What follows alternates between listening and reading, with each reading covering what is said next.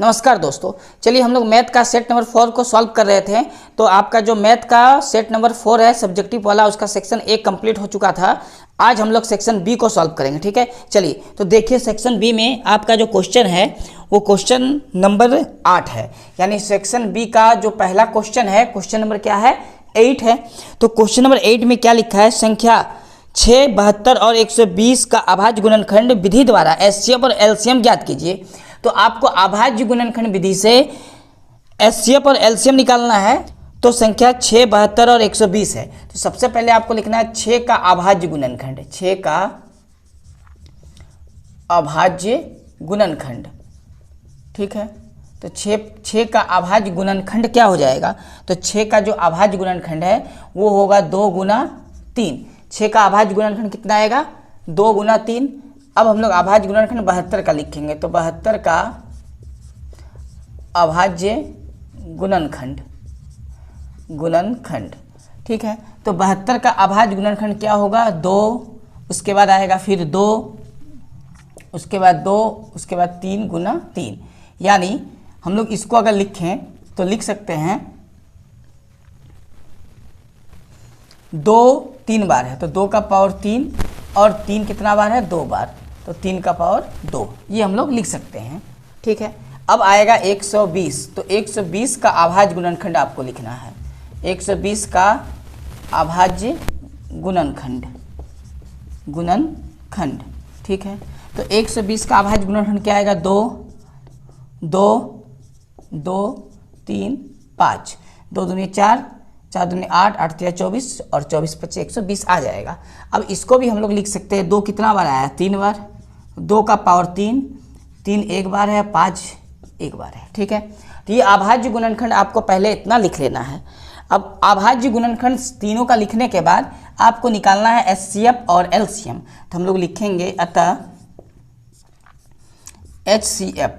तो एचसीएफ हम लोग किसका किसका निकाल रहे हैं, 6 का, 72 का और 120 का, ठीक है। तो एचसीएफ क्या होता है, इन तीनों में जो मिलेगा उसका सबसे मिनिमम पावर जो होगा वो एचसीएफ कहलाएगा। जैसे 6 का गुणनखंड में 2 है, 72 का गुणनखंड में भी 2 है और 120 का गुणनखंड में भी 2 है। तो ये 2 तीनों में है। तो तीनों में हम लोग देखें तो ये 2 एक बार आया है, ये 2 3 बार है पावर में, तो 3 बार आया है 2, और यहाँ 2 3 बार आया है। तो ये 2 का पावर यहाँ 3, यहाँ 2 का पावर 3, यहाँ 2 एक बार है, ठीक है। तो जो सबसे कम वाला पावर है वो लिखना है, यानी 1 2। इसके अलावा 3 भी मिल रहा है, यहाँ 3 एक बार है, यहाँ 3 2 बार है, यहाँ 3 एक बार है। तो मिनिमम पावर 3 का एक बार ही होगा, तो 1 3 लिखना है। जो मिनिमम पावर होगा वो एचसीएफ का आंसर आएगा, एचसीएफ उसे कहते हैं हम लोग, ठीक है। तो गुना करेंगे तो कितना आएगा, 6, यानी एचसीएफ आपका कितना निकल गया, 6, ठीक है। तो एचसीएफ हम लोग का कितना आ गया, 6 आ गया। अब हम लोग को क्या करना है, एलसीएम निकालना है। तो लिखेंगे और एलसीएम किसका, 6, 72 और 120 का। अब देखिए एलसीएम में क्या होता है, जो पावर जो मिलता है उसका मैक्सिमम पावर, यानी 2 2 2 मिला, इसका मैक्सिमम पावर 3 है, तो 2 का मैक्सिमम पावर 3 लिखेंगे। इसके अलावा 3 का मैक्सिमम पावर यहाँ है 2, तो 3 का मैक्सिमम पावर 2 लिखना है। इसके अलावा बचा क्या है, 5, ठीक है। तो 5 को भी लिखना है। अब सबको गुना करेंगे तो 2 का पावर 3 कितना हो जाएगा, 8 गुना 3 का स्क्वायर कितना हो जाएगा, 9 गुना 5, ठीक है। तो सबको जब गुना करेंगे तो गुना करने पर आएगा 360। 8 को 9 से गुना करेंगे, 8 9 72, 72 को जब 5 से गुना करेंगे तो 360। यानी हम लोग का ये आंसर हो गया, एचसीएफ 6 आया और एलसीएम 360 आया। हम लोग इस तरह निकाल सकते हैं बहुत आसान से, ठीक है। चलिए अब इसके बाद हम लोग क्वेश्चन नंबर 9 को सॉल्व करेंगे। तो क्वेश्चन नंबर 9 जो है वो ग्राफ विधि से आपको सॉल्व करना है, ठीक है। चलिए तो हम लोग यहाँ पर बनाते हैं क्वेश्चन नंबर 9 को। सबसे पहले क्वेश्चन नंबर 9 में लिखा हुआ है, समीकरण युग्म x - 2y बराबर 0 है। समीकरण युग्म क्या दिया, x - 2y बराबर 0, ये समीकरण 1 मान लेते हैं। और समीकरण 2 का इक्वेशन क्या होगा, दिया हुआ है 3x + 4y और इक्वल टू में है 20। इसको समीकरण 2 मान लेते हैं हम लोग, ठीक है। अब इसके लिए हम लोग को 2 टेबल बनाना होगा, समीकरण 1 और 2 के लिए। तो समीकरण 1 के लिए ये एक टेबल हो गया, यहाँ लिख देंगे 1 नंबर, ठीक। एक इसी तरह का एक बॉक्स बना लेते हैं, ये हो गया इक्वेशन 2 के लिए बॉक्स, ठीक है। अब इस बॉक्स में हम लोग x और y का वैल्यू निकालेंगे, इस बॉक्स में भी हम लोग को x और y का ही वैल्यू निकालना है। ये इक्वेशन फर्स्ट से हम लोग सॉल्व करके लाएंगे। तो देखिए हम लोग को करना क्या है, इक्वेशन फर्स्ट जो है इसमें x या y का कुछ वैल्यू बैठाना है और सॉल्व करना है। मान लेते हैं अगर y का वैल्यू 0 बैठाते हैं तो x भी 0 आ जाएगा, ठीक है। तो हम लोग ऐसा करते हैं, कुछ वैल्यू ले लेते हैं, जैसे मान लेते हैं y का वैल्यू 1, अगर y का वैल्यू 1 लेते हैं तो 2 को 1 से गुना करेंगे तो 2 और -2 इधर जाएगा तो +2, यानी x का वैल्यू कितना आएगा 2। अब हम लोग y का वैल्यू कुछ और मान लेते हैं, जैसे y का वैल्यू 2 मान लेते हैं, ठीक है। तो x का वैल्यू कितना आ जाएगा 4, ठीक, क्योंकि 2 दूनी 4 होगा, इधर जाएगा तो माइनस से प्लस होगा। ये अपने मन से मान सकते हैं। अब 0 मानते तो दोनों 0 हो जाता। अब इसको सॉल्व करेंगे तो मान लेते हैं इस बार हम लोग x का वैल्यू 0, ये समीकरण 2 है, ठीक है। x का वैल्यू क्या माने 0। अब देखिए x का वैल्यू जब 0 बैठाएंगे तो ये पूरा 0 हो गया, तो 4y बराबर 20, 4 से 20 को काटेंगे 5 बार में, यानी y का वैल्यू कितना आ जाएगा 5, ठीक है। तो x और y हम लोग निकाल चुके इस तरह मानकर, ठीक। अब हम लोग इसको भी फिल करना है, भरना है। तो y का वैल्यू हम लोग मान लेते हैं इस बार 2, क्योंकि 1 मानेंगे ना तो 4 आएगा, 4 20 से घट के 16 आएगा, तो 3 से 16 नहीं कटता है, ठीक है। तो इसीलिए y का वैल्यू हम लोग कितना मान लेते हैं 2।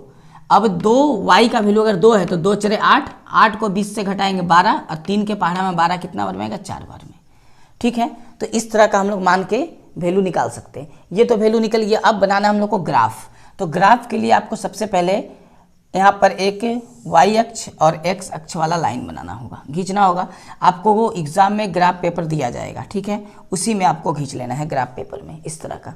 अब इसमें क्या है, ये होता है 0, ये हो गया x अक्ष, ये हो गया x डैश, ये हो गया y और ये हो गया y डैश।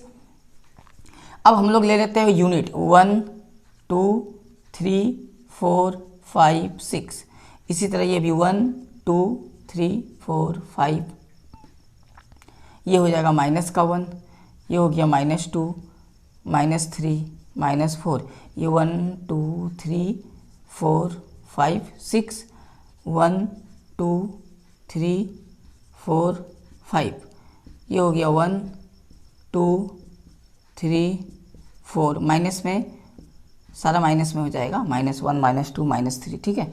इधर वाला माइनस में होता है -5। इस तरह हम लोग नंबरिंग कर दिए। एक एक यूनिट का डिस्टेंस पे लेना है। अब पहला टेबल में देखिए, पहला बॉक्स जो 1 नंबर है इसमें x का वैल्यू 2 है, तो ये माने 2, और y का वैल्यू 1 है, ये रहा y, ठीक है। ये दोनों पॉइंट आ गया। अब इस दोनों पॉइंट को अगर देखा जाए तो इसको हम लोग आगे बढ़ाएंगे और इसको भी आगे बढ़ाएंगे। तो इस पॉइंट को जब आगे बढ़ाएं और इसको जो आगे बढ़ाएं तो ये दोनों इंटरसेक्ट इस पॉइंट पे कर रहा है, ठीक है। तो ये एक पॉइंट मिल गया हमको इस 2 और 1 से। अब 4 और 2 को करते हैं, तो x का वैल्यू 4 यहाँ है और y का वैल्यू 2 यहाँ है। इस दोनों पॉइंट को आगे बढ़ाएंगे। जब इसको आगे की ओर बढ़ाएंगे, 2 वाले पॉइंट से x के पैरेलल समांतर और 4 से y के समांतर बढ़ाने पर जो पॉइंट हमको मिलेगा, ये पॉइंट आपको दाग लगा देना है इस पॉइंट पे, ठीक है। तो ये पॉइंट हो गया। अब ये दोनों पॉइंट को हम लोग को क्या करना है, मिला देना है, स्टेट जैसे मिलेगा। तो इस दोनों पॉइंट को हम लोग मिला देते हैं, ठीक है। देखिए इस दोनों पॉइंट को हम लोग क्या किए, मिला दिए। तो ये दोनों पॉइंट हम लोग का क्या होगा, मिल जाएगा, ठीक है। आप स्केल से जब बनाइएगा तो आपका एकदम स्ट्रेट आएगा। ये दोनों पॉइंट को मिला देना है इस तरह। दोनों पॉइंट को हम लोग मिला दिए। अब आते हैं इस पे, x का वैल्यू 0 है तो यहाँ होगा, y का वैल्यू 5 है तो यहाँ होगा। इसी तरह x का वैल्यू 4 है और y का वैल्यू 2 है, तो y का वैल्यू 2 और 4 बढ़ेगा तो इसी पॉइंट पे आएगा। तो इस पॉइंट और इस पॉइंट को हम लोग फिर मिला देंगे। तो ये दोनों पॉइंट को हम लोग क्या किए, मिला दिए, ठीक है। ये पूरा क्या हो गया, मिल गया स्टेट। स्केल से बनाने पर सीधा ही दाग होगा, एक ये पॉइंट था।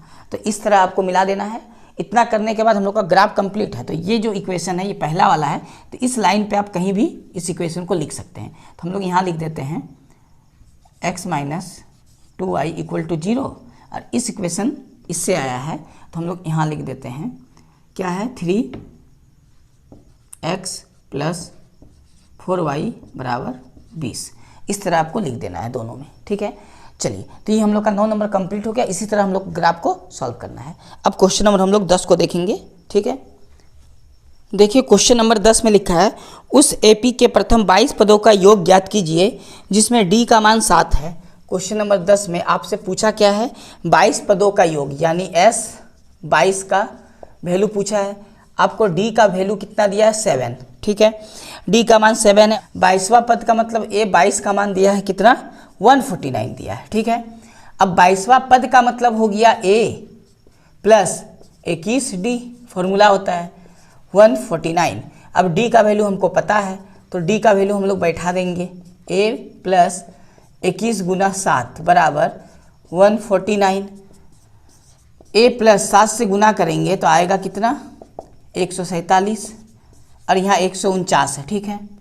तो 147 को 149 से माइनस करना है तो 149 माइनस 147 बराबर में आएगा कितना 2, इसीलिए ए का वैल्यू कितना आया 2। हमसे एस 22 पूछा है तो एस 22 हम लोग निकालते हैं, तो हम लोग एस 22 का वैल्यू क्या करें निकालते हैं, तो लिखेंगे अतः एस 22 बराबर, फॉर्मूला क्या होता है एन, एन का जगह में 22 है तो 22/2, फॉर्मूला होता है n/2, उसके बाद होता है 2a, क्या होता है 2a, n-1, n का मान 22 है, 22 - 1 और d, ये तो फॉर्मूला होता है। अब जाके ये कट जाएगा 11 बार में तो 11 आया, a का मान 2 है, 2 गुना 2 प्लस इसको माइनस करेंगे तो आएगा कितना 21 और d का वैल्यू बैठा देते हैं क्योंकि d का वैल्यू हमको पता है कितना है 7। 11 2 दूनी 4, 7 से गुना करेंगे तो 147, 11 गुना 147 में 4 को जोड़ेंगे तो 151, 151 के 11 से गुना करना है, ठीक है। तो गुना करने पर कितना आएगा 1661, ये आंसर है। इसका मतलब टोटल 22 पदों का जो योग होगा वो होगा 1661। क्लियर है यहाँ तक? इसी तरह हम लोग को सॉल्व करना था। चलिए अब क्वेश्चन नंबर 11 को सॉल्व करेंगे। देखिए क्वेश्चन नंबर 11 में क्या लिखता है ना, इसमें लिखा हुआ है बिंदु 5 - 6 और -1,4 को जोड़ने वाले रेखाखंड को y अक्ष किस अनुपात में विभाजित करता है, ठीक है। तो लिखेंगे माना y अक्ष के अनुपात 1 के अनुपात में विभाजित करता है, ठीक है। आपसे वही ना पूछा था किसमें विभाजित करता है, ठीक है। चलिए में विभाजित करता है, ठीक है, ये मान लिए। तो आपको अनुपात क्या माना गया हम लोग का अनुपात, तो अनुपात को हम लोग मान लिए के अनुपात 1 के अनुपात में क्या करता है विभाजित करता है, ठीक है। तो अब हम लोग देखते हैं यहाँ पर वैल्यू आपका किसका किसका मान दिया x1 का, तो x1 का मान कितना हो जाएगा 5, y1 का मान कितना हो जाएगा -6, कोमा x2 का मान हो जाएगा -1 और y2 का मान कितना हो जाएगा, यहाँ से देख के आपको लिखना है 4, और m1 कितना हो जाएगा k माना गया है और m2 कितना हो जाएगा 1, ठीक है। और y अक्ष बोला है, ठीक है। तो y अक्ष के लिए हम लोग का बिंदु क्या हो जाएगा 0, y, ठीक है। y अक्ष के लिए क्या हो जाएगा 0, y पॉइंट जो y अक्ष का बिंदु होगा। तो हम लोग लिख सकते हैं और क्या लिख सकते हैं, और y अक्ष के लिए जो बिंदु होगा वो बिंदु हो जाएगा 0, y, ये y अक्ष के लिए क्या होगा बिंदु। अब हम लोग को फॉर्मूला पता है तो लिखेंगे, इसीलिए फॉर्मूला होता है x, y, x का काम करेगा 0, y का काम करेगा y ही, बराबर फॉर्मूला होता है, क्या होता है फॉर्मूला फॉर्मूला होता है x2 m1 plus x1 m2 बटा m1 plus m2 coma y2 m1 plus y1 m2 बटा m1 प्लस m2, ठीक है। अब इसमें हम लोग बैठाएंगे वैल्यू, तो ये हो जाएगा 0, y, क्योंकि हम लोग पॉइंट मान चुके हैं क्या है 0, y, बराबर। अब इसमें वैल्यू बैठाना है x2 का वैल्यू कितना है -1, ठीक है, गुना m1 कितना माना गया है k, x1 कितना है 5, m2 कितना है 1 बटा k + 1 होगा, कोमा y2 कितना है, तो y2 है 4, m1 का वैल्यू k माना गया है, y1 कितना है -6, तो प्लस माइनस हम लोग यहाँ क्या कर सकते हैं प्लस माइनस है यहाँ y1 का वैल्यू 6, m1 कितना है 1, नीचे आ जाएगा m1 प्लस m2 यानी k प्लस 1। ठीक है, 0, अब इसको जब सॉल्व करेंगे तो आएगा k प्लस 1, ऊपर में होगा minus k plus 5, k plus 1 4k minus 6। ठीक है, ये आ गया। अब इसमें क्या ना, ये वाला वैल्यू 0 के बराबर होगा और ये वाला वैल्यू y के बराबर होगा, तो हम लोग 0 के बराबर ले सकते हैं। तो हम लोग लिखेंगे इसीलिए 0 बराबर माइनस k प्लस 5 बटा k प्लस 1 और y बराबर आपका आ जाएगा 4k माइनस 6 बटा k प्लस 1, है ना। तो हम लोग क्या करते हैं, इसको सॉल्व करते हैं। तो इसको 0 के पास भेजेंगे तो ये पूरा 0 से गुना होकर 0 होगा, तो बचेगा माइनस k, 0 हो गया तो बचेगा क्या, minus k plus 5, minus k इधर आएगा तो हो जाएगा k बराबर 5। तो k का मान कितना आ गया, 5, और अनुपात क्या माने, k अनुपात 1, यानी हम लोग का अनुपात ही आ जाएगा 5:1। अगर ये k का मान इसमें बैठा दिया जाए तो y, जो ये y है ना, y का वैल्यू निकलेगा, लेकिन y का वैल्यू पूछा नहीं है तो हम लोग मान नहीं बैठाएंगे। ठीक है, तो हम लोग का फाइनल आंसर हो जाएगा अतः अनुपात बराबर k अनुपात 1 था तो k का मान 5:1, ये हो गया आंसर 5:1। क्लियर है यहाँ तक। अगर आपसे इस पॉइंट का वैल्यू पूछता, इस बिंदु का, जो एक 0 तो x का वैल्यू 0 तो है, y का वैल्यू पता नहीं है, तो k का वैल्यू 5k के जगह में बैठाते, y का वैल्यू आपका निकलता, तो यहाँ हम लोग पुट कर देते, आंसर आ जाता। लेकिन आपसे केवल क्या पूछा था, अनुपात, तो हम लोग क्या करेंगे, आंसर ही कर देंगे। ठीक है, चलिए अब देखते हैं हम लोग क्वेश्चन नंबर 12 को। चलिए तो हम लोग क्वेश्चन नंबर 12 को सॉल्व करेंगे। देखिए क्वेश्चन नंबर 12 में क्या लिखा हुआ है ना, क्वेश्चन नंबर 12 इसमें लिखा है सिद्ध कीजिए कि कोट ए माइनस कोस ए बटा में लिखा हुआ है कोट ए माइनस कोस ए। ठीक है, तो ये ऊपर और नीचे दोनों एक जैसा है ना, दोनों क्या है, एक जैसा है, तो एक जैसा दोनों रहेगा तो दोनों तो कट जाएगा, कैंसिल हो जाएगा, आएगा 1। ठीक, लेकिन सॉल्व करके आपको लाना है, और बराबर में दिया है कोसेक ए माइनस 1 बटा, फिर दिया है कोसेक ए माइनस 1, ऐसा दिया हुआ है। ठीक है, तो देखिए अगर आपके पास ये क्वेश्चन है तो ये क्वेश्चन हम लोग जब सॉल्व करेंगे तो दोनों तरफ तो बराबर आएगा, क्योंकि ऊपर और नीचे एक ही जैसा, कैंसिल हो जाएगा, 1 आएगा, ये भी कैंसिल होकर 1 आएगा। ठीक है, तो ये क्वेश्चन कहीं फिर से मिस्टेक है, क्योंकि यहाँ माइनस के जगह में प्लस होना चाहिए या इस माइनस के जगह में प्लस होना चाहिए। इसी तरह अगर यहाँ प्लस रहेगा तो यहाँ भी प्लस होना चाहिए, अगर यहाँ प्लस होगा तो यहाँ भी प्लस होना चाहिए, ऐसा क्वेश्चन में होना चाहिए, लेकिन क्वेश्चन में ऐसा दिया नहीं है। तो कहीं सिंबल का जो ये माइनस प्लस है उसका एरर हो गया क्वेश्चन में। ठीक है, फिर भी अगर इस क्वेश्चन को हम बनाना चाहें तो देखिए इस क्वेश्चन को हम लोग सॉल्व कैसे करेंगे, LHS, उसके बाद इस क्वेश्चन में कहाँ माइनस प्लस होगा अभी हम बताएंगे आपको अलग से। तो LHS लिख के ये उतार देना है। तो क्या दिया गया है, cot A minus cos A minus cos A, ये ऊपर भी जो लिखा है नीचे भी कर दीजिए, पूरा तो कट जाएगा ना, इसीलिए यहाँ पर प्लस या यहाँ पर प्लस होना चाहिए, क्वेश्चन में है नहीं, लेकिन फिर भी हम लोग बनाएंगे तो ये वाला आ जाएगा। देखिए कैसे, तो सबसे पहले आपको कोट का फॉर्मूला पता होगा, कोट को लिख सकते हैं कोस ए बटा साइन ए माइनस कोस ए है, कोट को फिर लिख सकते हैं हम लोग कोस ए बटा साइन ए और माइनस है कोस ए।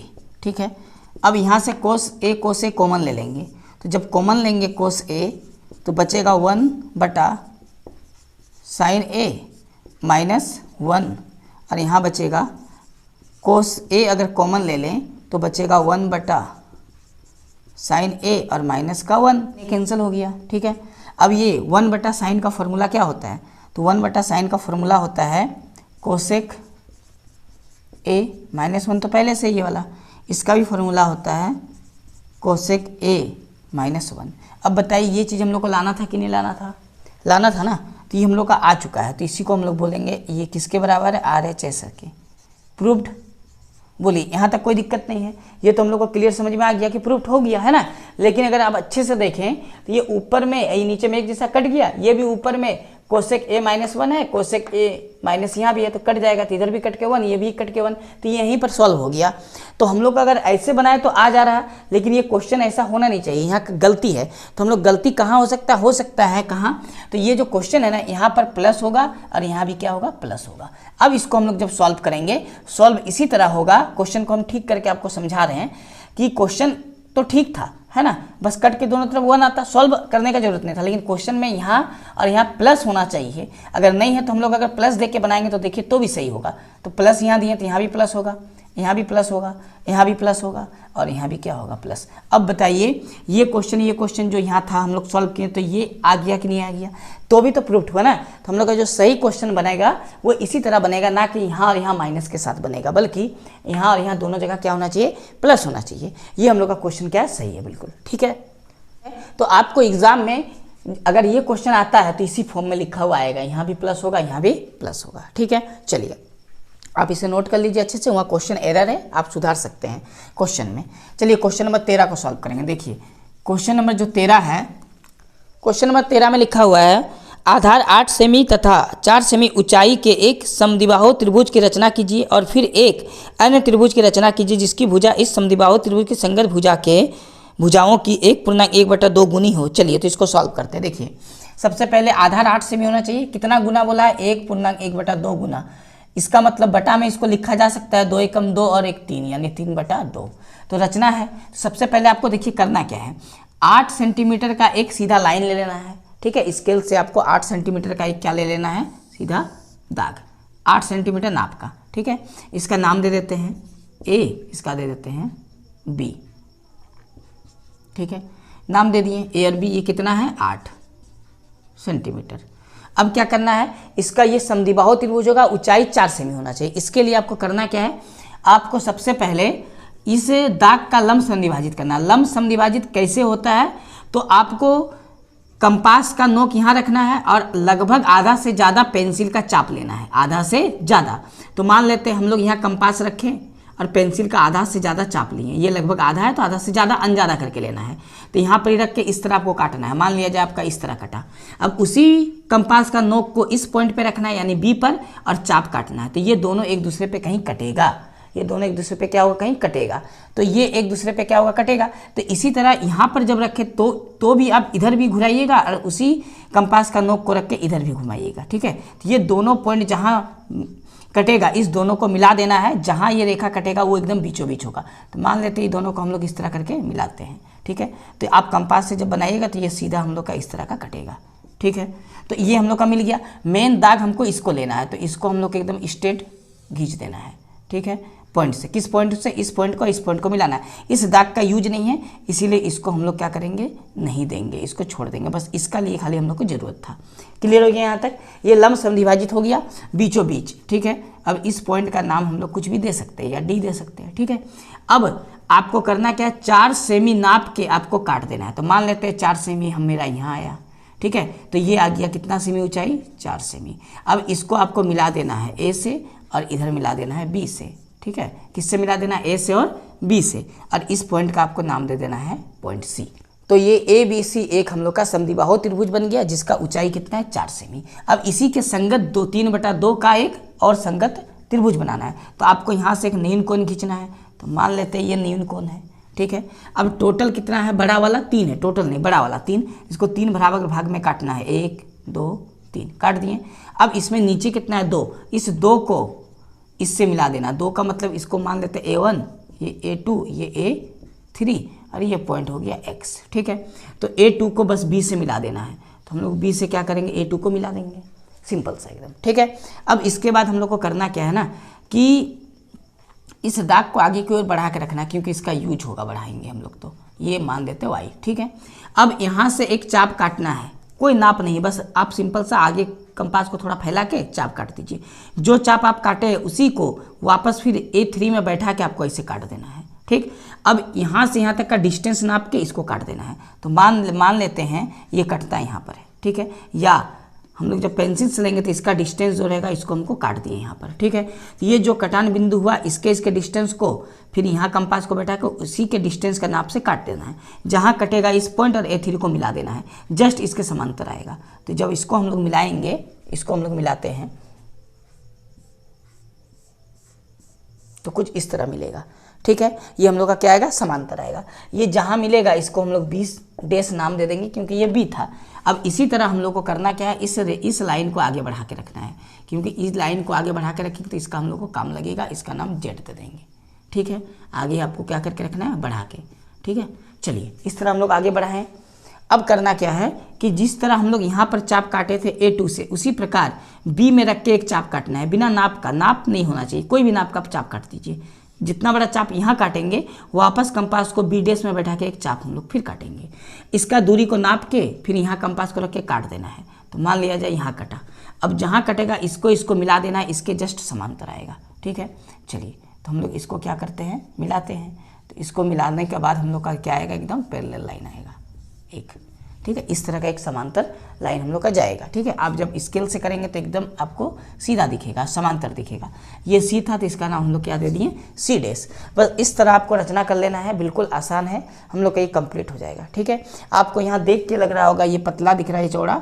खैर आप जब स्केल से सीधा दाग दीजिएगा अपने कॉपी में तो ये सीधा ही रहेगा, यहाँ पतला यहाँ चौड़ा नहीं दिखेगा, बल्कि ये पैरेलल यानी समांतर ही जाएगा, ठीक है। हम लोग का ये रचना था जो 13 है क्वेश्चन नंबर, ये हम लोग का कंप्लीट है। और सेक्शन बी में तो टोटल आपका 7 क्वेश्चन जो आएगा उसमें से आपको 5 ही क्वेश्चन सॉल्व करना है, 2 क्वेश्चन छोड़ना है, ठीक है। तो जो क्वेश्चन आपको हार्ड लगे उसको आप 2 क्वेश्चन उसी को छोड़िएगा। मान लिया जाए आपको रचना समझ में नहीं आता है या ये बनाने में थोड़ा हार्ड लगता है तो आप रचना को छोड़ सकते हैं, क्योंकि 2 क्वेश्चन तो आपको छोड़ना ही है ना।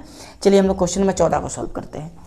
देखिए क्वेश्चन नंबर 14, क्वेश्चन नंबर 14 में क्या लिखा हुआ, इसमें हम लोग को एक चित्र दिया हुआ है, ठीक है।